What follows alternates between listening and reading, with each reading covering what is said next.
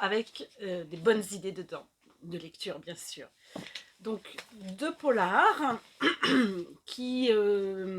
alors c'est un hasard, mais le hasard fait bien les choses. La trame de fond, c'est la guerre 14-18. Alors, La Porte du Vent, vraiment un gros coup de cœur. Donc c'est un polar qui se passe à l'heure actuelle dans Paris, entre la mafia chinoise et la mafia juive.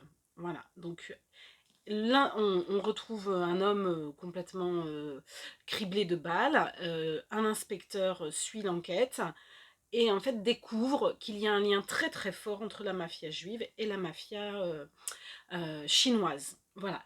Et il va essayer de remonter aux sources de ce lien très fort. Et c'est là qu'on est plongé dans la guerre 14-18, avec un épisode que moi personnellement je ne connaissais pas, c'est-à-dire le gouvernement français a fait venir 140 000 Chinois pour venir prêter main forte dans les usines en 1916 et 1917 parce qu'il n'y avait plus assez de main-d'œuvre en France. Voilà. Et voilà, je vous raconte pas tout, mais voilà, c'est un polar haletant, c'est et finalement un roman historique aussi haletant. Vraiment, c'est un super travail. Monsieur Jean-Marc Souvira, chapeau bas, et on le lâche pas quoi. Voilà, et puis c'est vrai qu'il y a presque 500 pages et que franchement, c'est super. Voilà, donc au fleuve, Jean-Marc Souvira, La Porte du Vent. Voilà.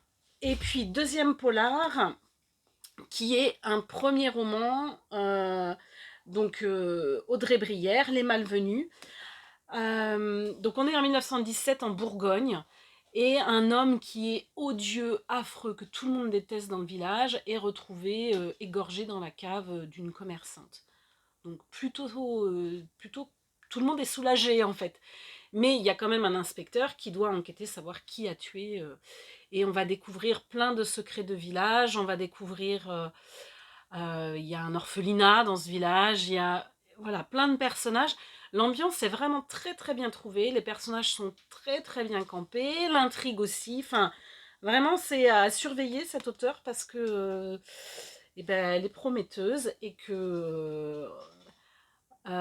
alors, c'est moins noir que l'autre polar dont je viens de vous parler, il y a moins de meurtres, tout ça, mais c'est vraiment très bien fait aussi. Voilà, Les Malvenus, un très bon polar aussi. Voilà, à bientôt!